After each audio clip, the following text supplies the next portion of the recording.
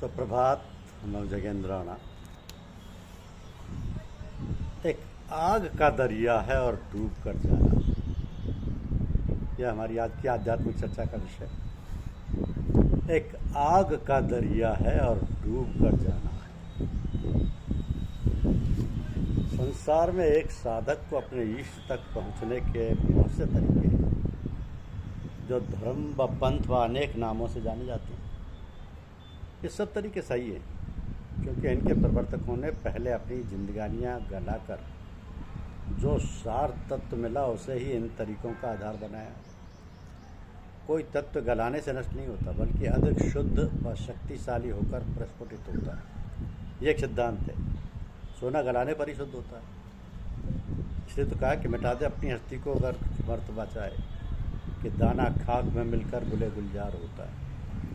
महर्षि दधीच ने इतना तप किया कि उनके शरीर की हड्डियाँ ही गल गई थी, परंतु गलकर वे बेकार नहीं हो गई थी। अभी तो वह पहले से अधिक बलशाली हो गई थी तथा उनका उपयोग वज्र के निर्माण में किया गया था। इन तरीकों की तरह एक तरीका हमारा भी है, जो इन तरीकों की तरह ही सैकड़ों वर्ष पुराना है, परंतु इनसे सर्वथा भिन्न है। पूज्यपाद लालाजी साहब के विशाल के बाद की बात है। कुछ पुराने सत्संगी लालाजी साहब की बैठक में बैठे हुए अपने तरीके की श्रेष्ठता के विषय में चर्चा कर रहे थे। उसी समय पूज्यपाद लालाजी महाराज के सुपुत्र महात्मा जगमोहन नारायण जी वहाँ से निकलना हुआ। इन लोगों ने उन्हें रोक लिया तथा पूछा कि भाई साहब, अपना तरीका और तरीकों से श्रेष्ठ है ना? आपने बड़े ही थोड़े शब्दों में उसका उत्तर दे दिया और आगे चल पड़े। आपने फरमाया कि इसे ईश्वर ही बेहतर जानता है। हमारा तरीका और तरीकों से भिन्न इसलिए है कि अन्य तरीके जो सैकड़ों वर्ष पुराने हैं, उनकी पूजा पद्धति का निर्धारण जो सैकड़ों वर्ष पूर्व किया गया, आज ही वैसे ही चला रहा है। जबकि इतने वर्षों में मनुष्य की शारीरिक क्षमता पहले जैसी नहीं रही है, और ना उसके पास पहले जैसी समय की फुर्सत है। तो समय समय पर बदली हुई सामाजिक परिस्थितियों के अनुरूप इसकी समीक्षा होनी चाहिए थी, वो नहीं की गई।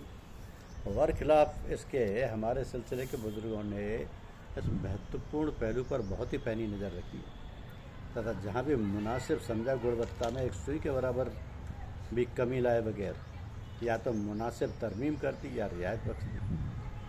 तो हमारे सिलसिले के पुराने बुजुर्गान जब किसी व्यक्ति को इस लायक समझते थे कि वह अन्य लोगों को आध्यात्मिक मार्गदर्शन कर सकता है, तब उसे सेवा करने की इजाज़त दे दिया करते थे। परंतु कालांतर में बुजुर्गान ने महसूस किया कि जिसे इजाज़त से नवाजा जाता है उस शख्स पर कोई बंदिश नहीं रहती है, तो वह इस काम को करे ही करे। मसलन आप किसी शख्स को इस बात की इजाज़त दे देते हैं कि वह सिनेमा देखा है। अब उसकी इच्छा पर निर्भर करता है कि वह चाहे तो सिनेमा देखा है अथवा नहीं। हाँ, अगर वह सिनेमा देखने जाता है तब उससे कोई पूछेगा नहीं कि आप सिनेमा किससे पूछ कर गए थे, क्योंकि उसके पास आपकी इजाज़त है। ऐसी स्थिति में इजाज़त के बजाय हुक्म से काम लिया जाने लगा। पूज्यपाद लालाजी साहब ने केवल दो ही लोगों को इजाज़त से नवाजा, तो महात्मा श्यामदारी लाल जी साहब एवं महात्मा श्री कृष्ण लाल जी। इसके अलावा उन्होंने किसी भी शख्स को इजाज़त नहीं दी। तो उसके बाद आपके बाद पूज्यपाद चचा जी महाराज, महात्मा रघुवर दयाल जी साहब, महात्मा ब्रजमोहन लाल जी साहब एवं महात्मा ओंकार नाथ जी साहब द्वारा भी किसी को इजाज़त नहीं दी गई, हुक्म दिए गए। पूज्यपाद लालाजी साहब भी अपने को हुक्म का पाबंद मानते थे। वे अक्सर कहा करते थे कि कहे कबीर हम तुके भेदी, कहे कबीर हम तुके भेदी, लाए हुक्म पूरी। तो इजाज़त से महत्वपूर्ण लियाकत यानी एबिलिटी है। 17 जनवरी सन 1955 को परम संत महात्मा ब्रजमोहन लाल जी साहब का मुंबई की सत्संग सभा में अचानक देहावसान हो गया था। तो पूज्यपाद महात्मा ओंकार नाथ जी साहब विद्यार्थी थे, केवल 22 वर्ष के थे। न रहने को मकान था और ना ही एक पैसे की आमदनी का साधन। कभी स्वप्न में भी ये बात आई नहीं थी कि इतना गंभीर कार्य रातों रात इन कंधों पर आ जाएगा। ना ही कोई इजाज़त ही थी, केवल लियाकत थी। आपने सारे आलम को हिलाकर रख दिया। आपने सारे आलम को हिलाकर रख दिया। जहाँ कुछ क्षणों के लिए खड़े हो गए वहीं सत्संग सभा हो गई। जहाँ रात को ठहर गए वहीं भंडारा हो गया, तो लियाकत याफ्ता व्यक्ति को सेवा करने के लिए कोई खास जगह बैठने की ज़रूरत नहीं पड़ती। हमारे ताऊ साहब महात्मा श्यामदारी लाल जी साहब अक्सर काफ़ी दूर साधारण से व्यक्ति की तरह बैठकर भक्तों की सेवा किया करते थे। कुछ वर्ष पूर्व महात्मा ओंकार नाथ जी ने कृष्ण जन्माष्टमी के मौके पर वृंदावन की झांकी देखने की इच्छा की। ऐसे तो आप चुपचाप परिवार के 2-4 सदस्यों को लेकर आगरा हमारे एक सत्संगी भाई के निवास पर आ गए। तो आपके भक्तों को जब पता लगा कि आप आजकल आगरा में विराजमान हैं, तो झांसी, आगरा, ग्वालियर, दिल्ली, अलीगढ़, कानपुर वगैरह के प्राय 200 भक्तजन एकत्रित तो मज़े की बात यह है, इन भक्तों में से किसी की भी इच्छा वृंदावन की झांकी देखने की नहीं। सब लोग केवल आपको दर्शन करने की आकांक्षा से एकत्रित हो गए थे। इसी तरह कई दिनों का भंडारा हो गया। तो आगे आगे झूमता जाता है वह मशहर खराम, आगे आगे झूमता जाता है वो महिषर खराम, पीछे पीछे नक्शा पाके चूमता जाता हूँ। आगे आगे झूमता जाता है वह महिषर खिराम, पीछे पीछे नक्शा पाको चूमता जाता हूँ। यही स्थिति कभी अमेरिका में स्वामी विवेकानंद जी के साथ रही थी। लोग उनके पीछे दीवाने होकर भागते थे तथा जहाँ भी मौका मिलता उन्हें घेर लेते थे।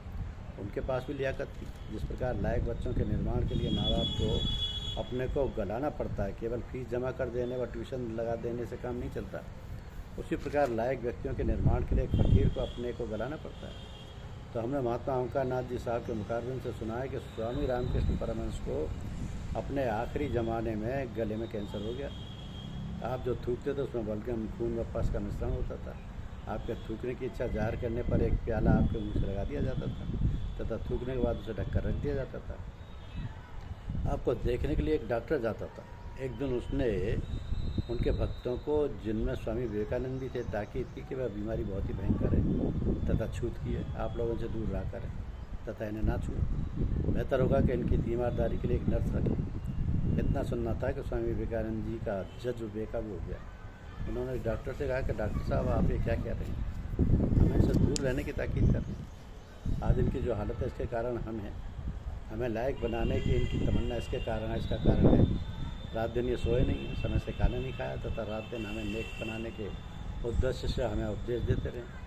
तो ये हमें दिए हुए उपदेश ही गले का कैंसर का कारण है। आप हमें इनसे दूर रहने व परहेज करने की ताकीद कर रहे हैं।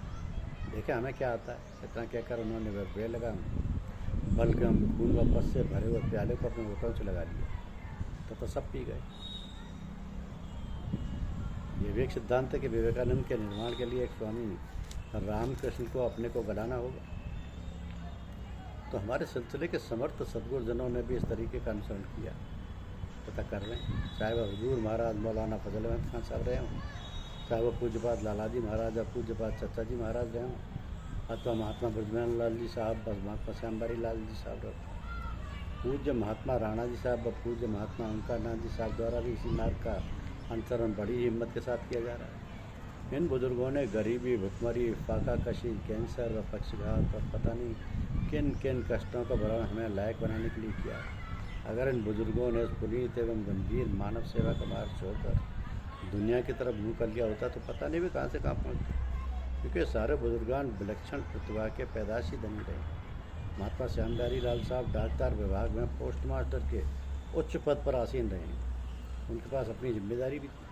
यदि चाहते तो अपने हवेली में शान से रह सकते थे, परंतु इन बेशकीमती हीरों का निर्माण शायद ना हो पाता। इस पुनीत कार्य को करने के लिए आपने हर दौलत न केवल स्वयं ठोकर मार दी, अपितु अपने परिवार को भी अपने विशाल के बाद विषम स्थिति में छोड़ना स्वीकार कर लिया। तो बुजुर्गान ने जिनको लियाकत से नवाजा है, अब उनसे काम हुक्म के मार्फत लिया जाता है। हुक्म बड़ा ही कष्टदायक व त्याग का तरीका है, जिसमें खाने पीने व सोने की कतई फुर्सत ही नहीं मिलती है। आप ख्याल फरमाइए, एक बच्चा आपके सुपुर्द कर दिया जाता है तो आपसे कह दिया जाता है कि अगर ये बच्चा गलत आचरण करेगा तो आपकी गर्दन काट दी जाएगी। अंदाज़ा लगाइए ऐसी परिस्थिति में आपकी मानसिक स्थिति क्या होगी। बहुत पहले की बात है, कानपुर शहर में बहुत ही भीषण जातीय दंगे हो रहे थे। 10-20 आदमी रोज़ हलाक हो रहे थे। इस बात का पता जब हजरत भोगांव वाले मौलवी साहब को लगा, तब उन्होंने एक खत हुक्मनामा पूज्यपाद महात्मा रघुवर दयाल जी चचा जी महाराज को लिखा। उसमें आपने लिखा कि मुंशी जी, मैंने सुना है कि आजकल कानपुर शहर में खून की होली खेली जा रही है। देख लीजिए, अगर मेरे एक भी अजीज के घरों तक आ गई तो मैं आपको कतई माफ़ नहीं करूँगा। अब अंदाज़ा लगाइए इस खत को पढ़कर पूज्यपाद चचा जी साहब की क्या स्थिति हुई होगी। क्या उन्होंने चैन से खाना खाया होगा? क्या वो चैन से सो सकते होंगे? ये हुक्म की तामील थी कि परम संत महात्मा श्यामबारी लाल जी साहब अपने युवा पुत्र के विशाल के बाद ना तो एक दिन के लिए भी ये पाठशाला ही बंद कर सके और ना ही जी भर के रो सके थे, ना ही जी भर के रो सके थे। तो पूज्यपाद लालाजी साहब की एक सुपुत्री का देहांत हो गया। वो उसकी अंत्येष्टि करने गंगा जी गए हुए थे। उनके अनुपस्थिति में 2 सन्यासी लोग उनके दर्शनार्थ पधारे। उनके इंतजार में उनकी बैठक में ही बैठ गए। पूज्यपाद लालाजी महाराज जब क्रियाक्रम से निवृत्त होकर घर वापस आए तब उन्होंने उन सन्यासियों को बैठे देखा। वे अंदर घर में नहीं जा सके पर उनके पास आकर बैठ गए। हुकुम ने घर में अंदर जाकर अपनी धर्मपत्नी के गम को हल्का करने का वक्त ही नहीं दिया। परम संत महात्मा ब्रजमोहन लाल जी साहब के एक 14 वर्षीय पुत्र का कुछ साधारण सी बीमारी में अचानक देहावसान हो गया। तो 14 वर्ष का सुपुत्र ऐसे ही हमेशा के लिए चला जाए, माँ बाप के कष्ट का अनुमान लगा पाना संभव नहीं है। दूसरे दिन एक सज्जन काफ़ी दूर से, जिन्हें इस हादसे का कतई इल्म नहीं था, सत्संग लाभ उठाने के नेक इरादे से आपके पास आन पधारे। वो सज्जन पूरे 5 दिन तक आपके पास रहे। समय से नाश्ता, खाना, सत्संग, बातचीत ऐसे होते रहे जैसे यहाँ कोई गम की बात ही नहीं हुई। 6ठे दिन जब वो रुखसत होकर लखनऊ स्टेशन पर पहुँचे तब वहाँ उनकी भेंट एक सत्संगी बंदी से हुई जो महात्मा ब्रजमोहन लाल जी साहब के यहाँ शोक संवेदना व्यक्त करने के इरादे से आ रहे थे। तब वे सज्जन भी स्टेशन से वापस शोक संवेदना व्यक्त करने के लिए आए। 3 मार्च 1985 को पूज्य महात्मा ओंकार नाथ जी साहब की धर्मपत्नी का आगरा में हृदय गति रुकने से अचानक निधन हो गया था। उनका पार्थिव शरीर आगरा से कानपुर लाया गया था। आप शरीर के पास बैठे तो रहे परंतु रोने का समय नहीं मिला। उससे भी ज़रूरी बुजुर्गों के हुक्म की तामील थी। उसको पूरा करने में बुजुर्गों ने अपनी ज़िंदगियाँ गला दी परंतु अपनी सुपुत्रों सुपुत्रियों के विशाल पर ना तो मदरसा ही बंद कर सके और ना ही रो सके। तो पूज्यपाद भैया जी साहब इस मदरसे की विशेषता यूँ फरमाते हैं कि उसे फुर्सत ना मिली जिससे सबक याद रहा। कभी कभी सुकुम के पाबंदों के मुखारबिन से सुना कि भगवान ना करे कि ये काम किसी को करना पड़े। महात्मा भरत जी भी यही कहते हैं कि सबते सेवक धर्म कटोरा। परंतु केवल ऐसा नहीं है, ईश्वर व बुजुर्गान की तरफ से इन्हें मिलता भी बहुत कुछ है, या कहें कि सब कुछ मिलता है। मालिक के कुल की रहमत के खजाने की चाबी इन्हें सौंप दी जाती है, जिसके करने से किसी व्यक्ति का उद्धार हो तथा उसकी निष्ठा बुजुर्गान व मालिक के कुल के प्रति बढ़े। तो उसके लिए यह सेवक लोग कुछ भी करने के लिए बुजुर्गान की तरफ से बाअख्तियार होते हैं, यानी भक्तों की निष्ठा दृढ़ करने के लिए पूर्ण रूप से कुछ भी करने के लिए समर्थ होते हैं। इसी भाव को इन हुक्म के बंदों ने कई प्रकार से व्यक्त किया। या हुमा पेशे गदाई, सल्तनत क्या चीज़ है। हुमा कहते हैं एक चिड़िया जिसके बारे में ऐसा कहा जाता है कि जिसके सर पर वह बैठ जाए वो बादशाह हो जाता है। या हुमा पेशे गदाई, सल्तनत क्या चीज़ है। जिसके बारे में कहा जाता है कि जिसके सर पर वो बैठ जाए वो बादशाह हो जाता है।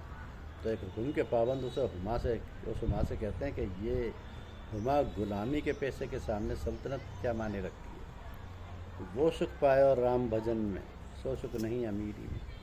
हुजूर महाराज मौलवी फजल अहमद खान साहब रायपुरी, जिनकी अजमत का बखान करने के लिए सर वाल्टर स्कॉट की कविता breathe there the man with soul so dead उलट कर पढ़ने को जी करता है।